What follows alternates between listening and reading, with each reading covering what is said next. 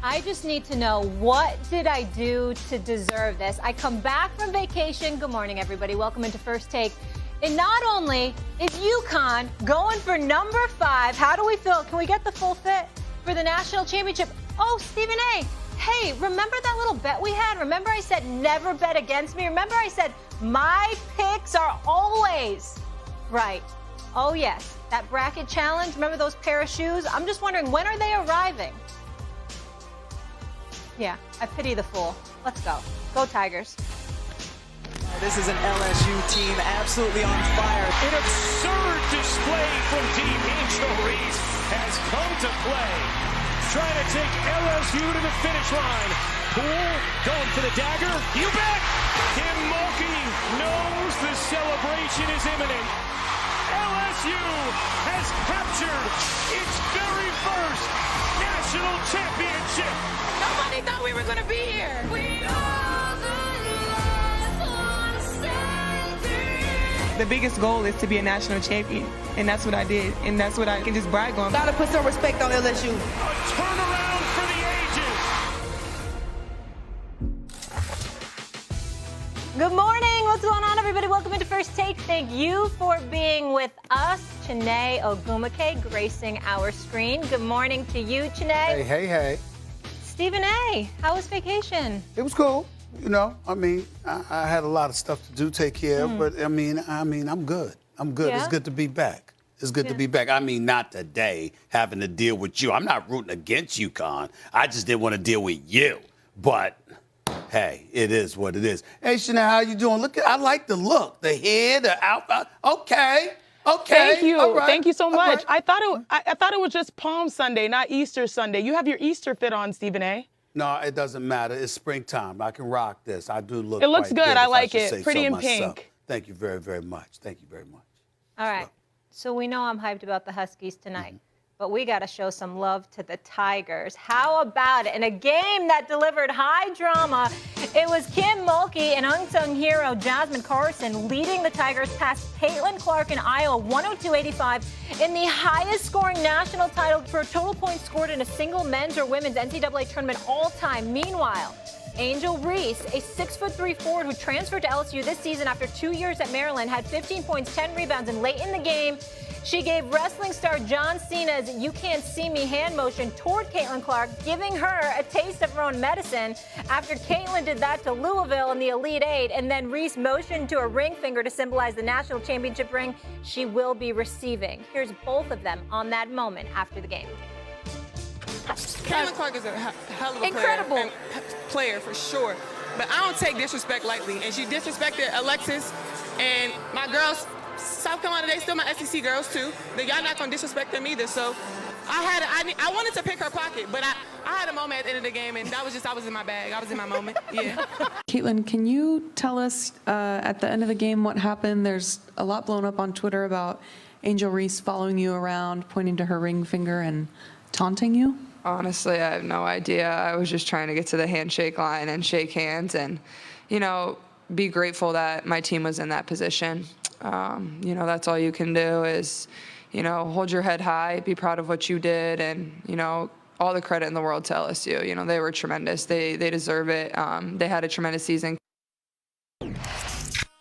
So Holly Rowe tweeted some perspective yesterday after this topic of conversation erupted on Twitter. People hating on Angel Reese or Caitlin Clark? Stop. Unapologetically confident young women should be celebrated, not hated. Get used to it. All right. Chene, I'll start with you here. Is Angel Reese facing too much backlash this morning? Yes, she absolutely is. And let me just preface by saying this.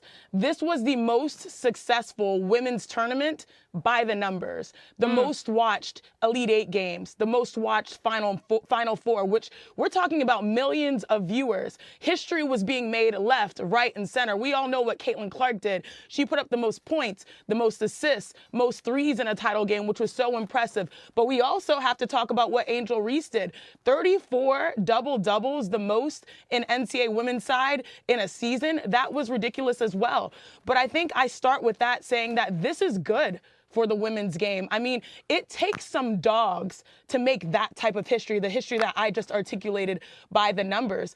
And you don't really get to be a dog and get to that platform where you get to bring a national title, the first one back to LSU, without having that type of mentality, that chip on your shoulder. And I feel like we have to let these young women be unapologetically themselves. We need to learn to embrace that side of the game because we don't discriminate when things like that happen on the other side, right? Both sides obviously did the whole I can't see you. You mentioned it, Molly. You know, we saw it with Haley Van Lith and Louisville. That's what Caitlin did. Now on the other side, we're seeing Angel do it, which is part of her personality, part of the reason why she's really helped spearhead this change, this movement to athletes being unapologetically themselves. You heard what she said in the press release. This is for girls that look like me, that hoop like me, that talk like me. There's a whole subset of people that are really happy to be seen in these moments, and they're all female athletes because that's how women are. Like, I think there's this idea that we have to be cookie cutter. We have to be by the book. We have to play the game a certain way for it to be appropriate. As an athlete, you're a competitor. You can be fierce, you can be feminine, and you can go out there and finish. And I think we saw that on both ends. Iowa, what a tremendous season. LSU, what a tremendous season. Angel being herself, Caitlin being herself. And that overall is great for the game. Well, first of all, I don't disagree with anything that you're saying, Janae. I just think that you're being quite nice and lovely, as you always are. So leave the vitriol to me. I'll absorb it. I'll call it what it is.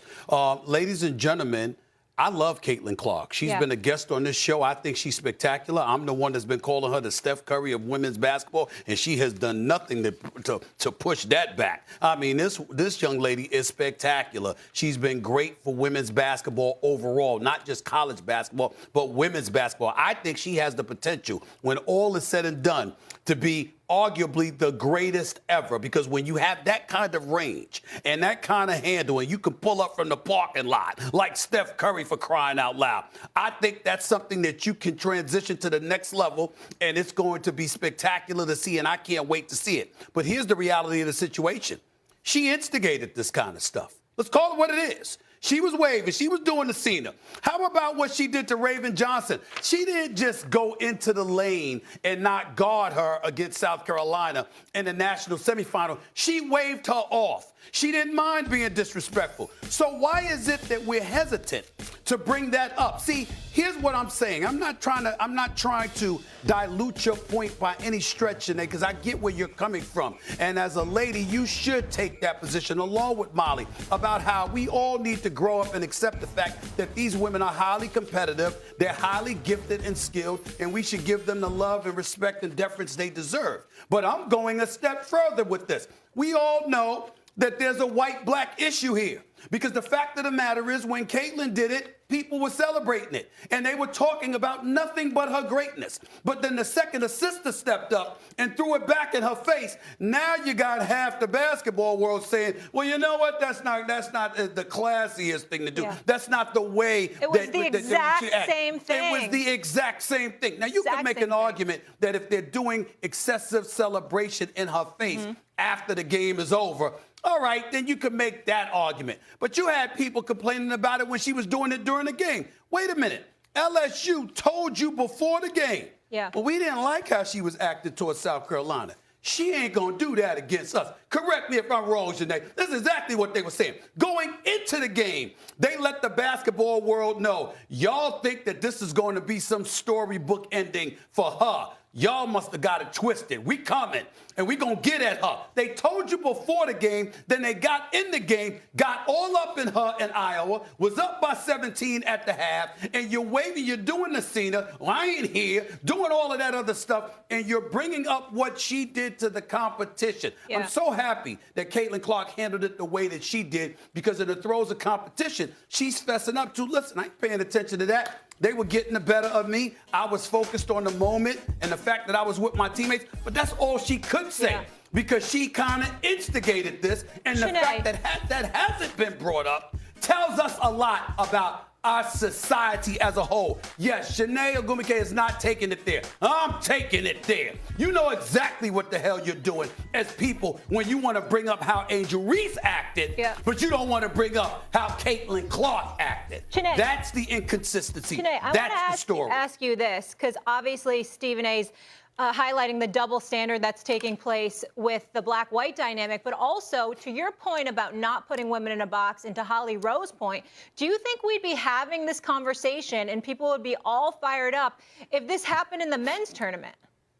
Yeah, I don't think so, because I think people understand that trash talk and being fierce and doing what you want to do is more normalized in their game. And now people are just now understanding, you know, athletes feel like they can take control of their own brands. I mean, we're in the era of NIL where people are getting paid. And at some point, they feel like they can be bigger than the programs themselves. Sometimes that works to the team's benefit, like we just saw with LSU and Angel Reese and Flau'jae and so many great storylines happening. And maybe it can work to a team's detriment. But Stephen A is exactly right. We all know that we can't ignore that there are stigmas in sports. I played in 3 Final Fours, you know, and it's not even just when it comes to how we handle things that don't go our way. Oh, by the way, I love this whole thing, Sinead, that's super cute. How we handle things that don't go our way, it really is. It's just like, how do we approach how we see athletes as competitors? That's the conversation that needs to be had. I do think it's important to also note that, yes, there are 2 different conversations here. If you think that it was out of pocket that Angel did it because they were up, you know, by so much and they had already certifiably like won the championship and she did it, that's one conversation. If you're mad she did it, period, I say that you definitely have to check yourself, because this is who we are. Like, if we go to practice, it doesn't matter who Angel Reese is going up against, she's going to do the same thing. And that chip on her shoulder is exactly why they won a championship. I mean, I understand what she's talking about. I talk a lot about back in the pack. I came out of the Pac-12 where we felt like we were unseen and what we were unheard, and we are rooting for our fellow conference mates to do well. You know, that was a tragic loss if you're from the SEC, looking at South Carolina that was undefeated, and Caitlin Clark did that. By the way, that whole like, oh, you can't shoot, I'm not guarding you, that's normal in our game. People are now figuring out the beauty and the magic of our seasons and all how we achieve as women's athletes, and now they feel like that's an abnormal experience. I played for Coach Tara Vanderveer, who is the queen of scouting reports. We often played 4-on-5, you know, defensively, really forcing other people to beat us. People are now stepping into the fandom, and it's unusual that they see women doing this, and that's why we have this different reaction. Well, we need to reset ourselves and say, hey, this is who female athletes have always been. Welcome to the party. Well, I would tell you that's not necessary. It's not necessary to talk about what women athletes have always been. The fact of the matter is women's basketball has never been better than it is right now. It's never been better. And so the fact is we can live in this moment and propel forward. You can do that, okay, without denigrating anything about the past, but just recognizing the fact that the women's sports, particularly women's basketball, has propelled itself to another level. The big thing for me is this, as it pertains specifically to this story. And again, no shade on Caitlin Clark, who's my favorite player, by the way. She's my favorite player in women's basketball. I just think she's spectacular, okay? But I love the fact that LSU went out and did what they did. And don't get me started with the coach, Kim Mulkey, because, again, we didn't like how she acted when it came to Brittany Griner. We didn't like some of the things that she said. But the reality of the situation is this woman is elite. This woman is on the same level as Gino Auriemma, as the late, great Pat Summitt, and others. She is absolutely spectacular. You can't take anything away from her in her introductory press conference. She arrived at LSU and said, I see Final Four banners up there, but I don't see a national championship banner. And she did that. That's what I'm here for, and handled her business. So we got to remember that. But in the end, what it comes down to, Molly and Shanae, is this. Caitlin Clark, again, no shade in her direction. But does anybody doubt that her behavior would have been very, very similar if she was the one winning instead of LSU? We've seen what she's done. She would have done the same thing. Yeah. She would have done the same thing. So eat it, accept it, and fall back. Do it. She did do it. She said, hey, don't talk to me when you're down 15 late in that Final Four game. You know, those things have happened. It just is a different reaction. And Stephen A., I give credit to you. You know, it's early. It's Monday morning. You come in with the fire, with the heat. I'm the queen of diplomacy, but you did bring me out of my shell, so I appreciate you. Well, please. That's what I'm here for. You know what I'm saying? I mean, I'm just here to help you shine as brightly as we all know you can shine. Chanae, That's what you please. do. A little what too you much do. with the Chanae. What It's you a do. little too early in the show for the compliments. I do want to say to Kim Mulkey, though, that suit was fire, and she's the first women's Loved it, coach too. to bring 2 different programs to a national championship. I will So say huge that shout to that her. suit was It pretty almost fly. makes me wish that I really went to was. LSU just so I could have a full Tiger suit. That suit she was rocking the was suit was pretty fly. epic. It was was pretty fly. epic. I got to give it to her. All right.